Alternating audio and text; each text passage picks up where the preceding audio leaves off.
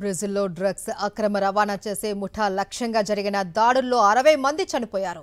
బ్రెజిల్లోని Rio de జనీరోలో red command ముఠా లక్ష్యంగా భద్రతా బలగాలు పెద్ద ఎత్తున ఆపరేషన్ నిర్వహించాయి.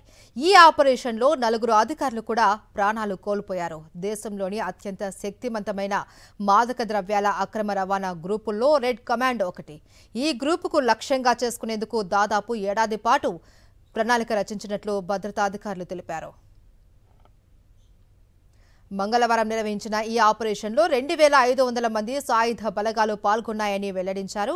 కొన్ని గంటల పాటు జరిగిన కాల్పుల్లో 4 భద్రతా అధికారులతో సహా 64 మంది ప్రాణాలు కోల్పోయారు. మరో 81 మంది అనుమానితుల్ని అరెస్టు చేశారు. ఆపరేషన్ ఇంకా కొనసాగుతున్నందున మృతుల సంఖ్య మరింత పెరిగే అవకాశం ఉందని అధికారులు వెల్లడించారు. 75 రైఫిల్స్తో పాటు పెద్ద మొత్తంలో మాదక ద్రవ్యాలను స్వాధీనం చేసుకున్నట్లు తెలిపారు. రియో చరిత్రలోనే ఇది అతి పెద్ద ఆపరేషన్గా అభివర్ణించారు.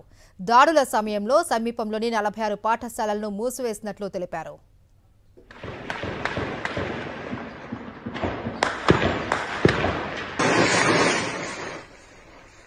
ఇక ఆపరేషన్ కు ప్రతీకారంగా అధికారులే లక్ష్యంగా దాడి చేసేందుకు ముఠాలు డ్రోన్లు ఉపయోగించాయని అక్కడి ప్రభుత్వం పేర్కొంది.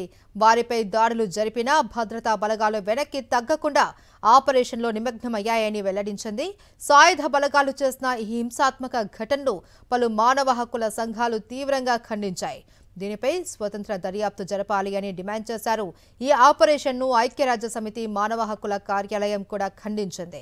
ఇది తమను భయభ్రాంతులకు గురి చేసింది అంటూ ఎక్స్లో పోస్టు పెట్టింది. దీనిపై దర్యాప్తు జరపాలి అని పిలుపునిచ్చింది.